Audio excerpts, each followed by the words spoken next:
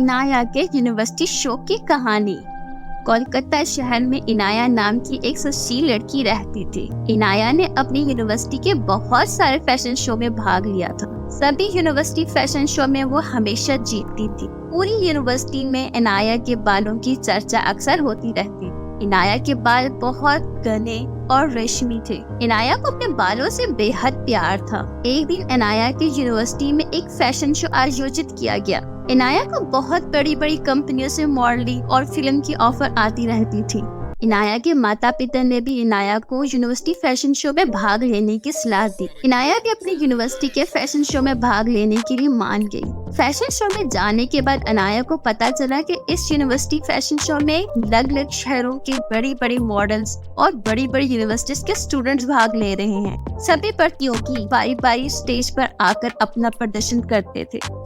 जो मॉडल सारे पड़ाव जीत जाती वही इस फैशन शो की विजेता बनती है। इनाया भी पूरी मेहनत और लगन से जीतने की भावना लेकर सारे पड़ाव में पास हो जाती है। बाकी शहरों से आई सब बड़ी बड़ी मॉडल्स इनाया से जलने लगी थी क्योंकि वो हर पड़ाव में जीत रही थी। यूनिवर्सिटी में आई सब मॉडल्स में एक शिजा नाम की मॉडल भी थी जो सभी पड़ाव में दूसरे नंबर से जीत रही थी। अब केवल आखिरी पड़ाव बाकी था। पिछले सभी पड़ाव में मैं दूसरे नंबर से जीत रही हूँ। मैं अपनी यूनिवर्सिटी के फैशन शो में हमेशा पहले नंबर पे आती थी। मैं अपना ये रिकॉर्ड यहाँ टूटने नहीं दे सकती। आखिर ऐसी क्या खास बात है इस इनाया में?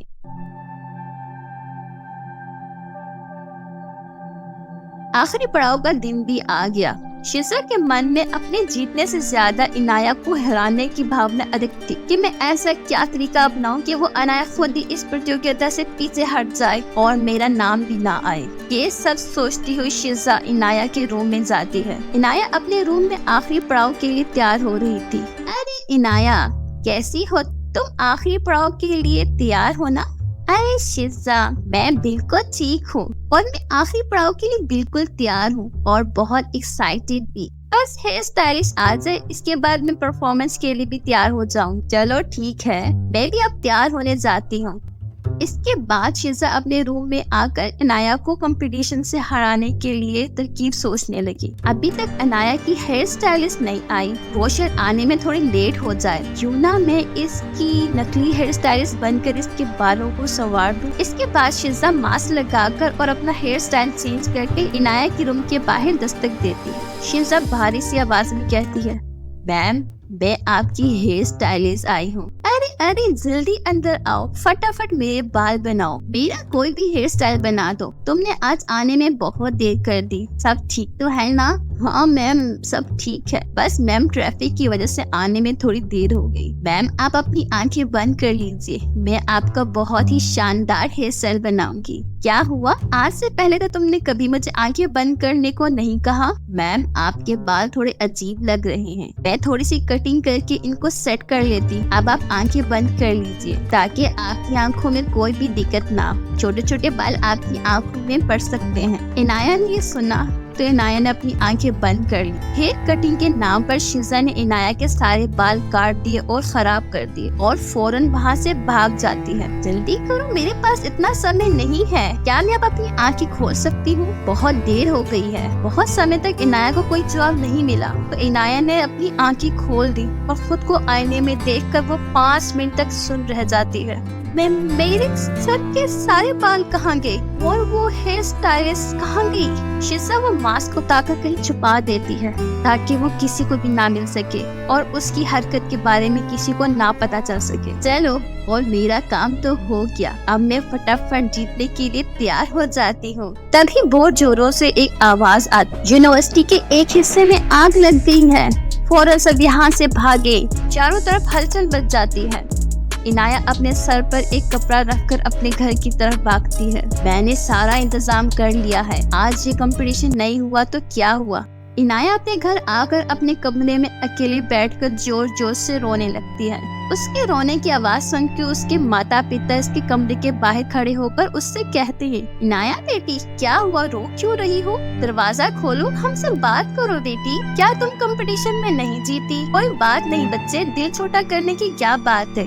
दरवाजा खोलो। कुछ ही देर बाद इनाया दरवाजा खोलती है। उसके माता पिता इनाया को देखकर हैरान रह जाते हैं। इनाया, तूने अपने सारे बाल क्यों कटवा दिए? ये क्या किया बच्चे? माता पिता, मैं भला क्यों अपने बाल कटवाऊंगी? उसके बाद इनाया ने अपने माता पिता को सारी बात बताई और जब मैंने आँख खोली तो मेरे सर के बाल कट चुके थे। मुझे लगता है ये सारा काम उसी हेयर स्टाइलिस्ट का ही है। हम इस हेयर स्टाइलिस्ट पर केस करेंगे। कौन थी वो? मैं नहीं जानती पिताजी, वो मास्क पहनकर आई थी। अब मैं कंपटीशन में भाग नहीं ले सकती। अब अनाया बहुत ही गुमसुम रहने लगी। इनाया की ये गुमसुम वाली हालत देखकर उसके माता पिता को बहुत ही चिंता होती। सुनिए जी, हमारी अनाया न ठीक से खाती है न ठीक से बात करती है, ऐसा कैसे चलेगा जी? हाँ, हमें इनाया को पहले की तरह बाहर घुमाने फिराने ले जाना चाहिए। इनाया बेटा। हाँ पिताजी कहिए। बेटा, मैं सोच रहा था कि क्यों ना आज हम सब बाहर रेस्टोरेंट में खाना खाने चले। नहीं पिताजी, आप दोनों चले जाएं, मेरा मन नहीं है। बेटा, कहीं बाहर घुमा फिरा कर। आज इस हादसे को 2 दिन हो चुके हैं। 2 दिन से ना तू बाहर गई है और ना ही ठीक से किसी से बात की है। ठीक है, तो आप यही चाहते हैं मैं बाहर जाऊं, तो मैं जा रही हूं। थोड़ी ही देर में घर लौट आऊं। इतना कहकर अनाया अपने सर पर टोपी पहनकर घर से निकल गई। उसे देखकर ऐसा लगता था कि मानो वो कहीं खोई हुई हो और गहरी सोच में डूबी अनाया चलते चलते एक घने जंगल में पहुंच जाती। तभी इनाया के सामने से एक काली बिल्ली और कुछ बकरियां गुजरती हैं, जिसे देखकर अनाया अचानक से घबरा जाती है। ये बिल्ली थी और बकरियां, मैं तो ख्वामख्वाह ही डर गई कि तभी वो इस बात पर ध्यान देती कि वो घने जंगल में आ चुकी। अरे, मैं कहाँ आ गई? मुझे जल्दी से घर जाना चाहिए। अगर किसी ने मुझे ऐसी हालत में देख लिया तो वो मुझ पर बहुत हंसेंगे। इनाया चारों तरफ देखती है पर इसे कुछ समझ ही नहीं आता कि वो कहाँ से आई थी। समझ नहीं आ रहा कि मैं कहाँ से आई थी। लगता है बारिश होने वाली है। थोड़ी देर में बहुत तेज बारिश शुरू हो जाती है। इनाया बारिश से बचने के लिए एक पेड़ के नीचे खड़ी हो जाती है। अरे नहीं, बारिश शुरू हो गई। मैंने इस बात पर ध्यान क्यों नहीं दिया कि मैं जंगल की ओर जा रही। सब मेरी ही गलती है। तुम जितनी देर चाहो मेरी पनाह में रह सकती हो। मैं तुम्हें बारिश से भीगने से जरूर बचा सकता हूँ। ये किसकी आवाज है? मेरे आसपास तो कोई भी नहीं है। तभी उस पेड़ से एक सेब उसके ऊपर आकर गिरता है। ये सेब कहाँ से गिरा? इस पेड़ पर तो एक भी सेब नहीं लगे। मुझे तो बहुत डर लग रहा है। कहीं ये पेड़ भूतिया तो नहीं? सभी लोग मेरे बारे में यही सोचते हैं कि मैं एक भूतिया हूँ, लेकिन मैं कोई भूतिया पेड़ नहीं हूँ। इनाया इस पेड़ की भावनाओं को समझ रही थी। मुझे माफ करना पेड़, मैं नहीं जानती थी कि आप इतने अच्छे हैं। इनाया की बात सुनकर पेड़ खुश हो जाता है। लेकिन तुम दुखी क्यों हो? इनाया इस पेड़ को सारी बात बता देती है। मैं अपने पहले वाले बालों को बहुत मिस करती हूँ। कल के दिन आखिरी पड़ाव होगा, लेकिन अब मैं आखिरी पड़ाव में भाग नहीं ले सकती। इतनी सी बात। और इस पेड़ से कुछ बीज सीधा इनाया के सर पर गिरते हैं। इनाया के सर पर एक बीज के गिरते ही इनाया के पहले जैसे बाल वापस आ जाते हैं। इनाया को ये सब देखकर बहुत हैरानी होती है। अब तो तुम खुश हो ना? आपका बहुत बहुत शुक्रिया। आपके दिए इन बालों की वजह से अब मैं फिर से यूनिवर्सिटी फैशन शो में भाग ले सकती हूँ। बहुत बहुत शुक्रिया। तभी इनाया का ध्यान बारिश पर जाता है। अब बारिश रुक चुकी थी। अब तो बारिश भी रुक चुकी है, लेकिन मैं किस रास्ते से आई थी मुझे ठीक से याद नहीं है। मैं तुम्हें रास्ता दिखाने में मदद करता हूँ। जिस रास्ते इनाया को घर जाना था, इस रास्ते पर फूल बिछ जाते हैं। ये देखकर इनाया के चेहरे पर मुस्कान आ जाती है। आपका बहुत बहुत धन्यवाद। मैं तो बना ही सबकी मदद करने के लिए हूँ। धन्यवाद की क्या जरूरत। इसके बाद इनाया खुशी खुशी अपने घर वापस आ जाती है। घर जाते ही इनाया अपने माता पिता को जोर जोर से आवाज लगाती है। माँ,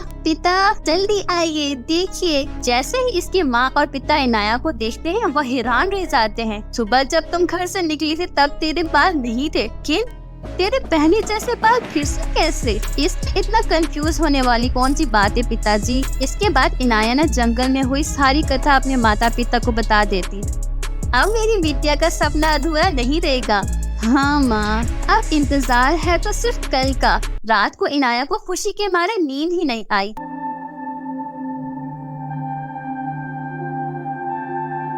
अगली सुबह अनाया फिर यूनिवर्सिटी फैशन शो में पहुँचती है। माया, आयशा, कैसी हो तुम दोनों? सब ठीक है ना? क्या बात है इनाया, आज तो बड़ी खुश लग रही हो। आज दिन ही ऐसा है, खुश होना तो बनता है। शिजा इनाया को देखकर अचंभित रह जाती है। शिजा से रहा नहीं गया, वो फौरन इनाया के पास जाकर इससे कहती है, तुम यहाँ कैसे आ गई? मैंने अपने हाथों से तुम्हारे बाल काटे थे, तुम्हारे बाल फिर से पहले जैसे कैसे हो गए, वो भी इतनी जल्दी? अच्छा, तो वो तुम्हारी हरकत थी। मेरे बाल कैसे आए ये बताना मैं तुम्हें जरूरी नहीं समझती, मेरी नजरों के सामने से हट जाओ। ये बात शिजा के दोस्तों को पता चलती है तो वो कहते हैं, मुझे यकीन नहीं होता शिजा के एक यूनिवर्सिटी फैशन शो जीतने के लिए तो इतनी नीचे गिर सकती हो। शिजा के सब ये दोस्त इसकी इस हरकत से बहुत नाराज होते हैं। थोड़ी देर बाद शो की विजेता घोषित की जाती है। इस यूनिवर्सिटी फैशन शो की विजेता है इनाया। इनके लिए जोरदार तालियां। शो जीतने के बाद इनाया बहुत खुश थी। इनाया को सभी बधाइयां देते हैं। तभी शिजा भी इनाया के पास जाती है। मुझे माफ कर दो इनाया, जीतने के लिए मैं इतनी अंधी हो चुकी थी कि मैंने किसी की पूरी जिंदगी खराब करने के बारे में भी सोच लिया। मैं अपने किए पे बहुत शर्मिंदा हूँ। तुम्हें तुम्हारी गलती का एहसास हो गया। अब आगे से ऐसी हरकत किसी और के साथ मत करना। तो दोस्तों, कैसी लगी आपको हमारी ये वीडियो? कमेंट में लाजमी बताइएगा। और हाँ, वीडियो को लाइक और हमारे चैनल हैप्पी टून टेल्स को सब्सक्राइब करना ना भूलिएगा। अपना बहुत सारा ख्याल रखिएगा। मिलते हैं नेक्स्ट वीडियो में, तब तक के लिए बाय।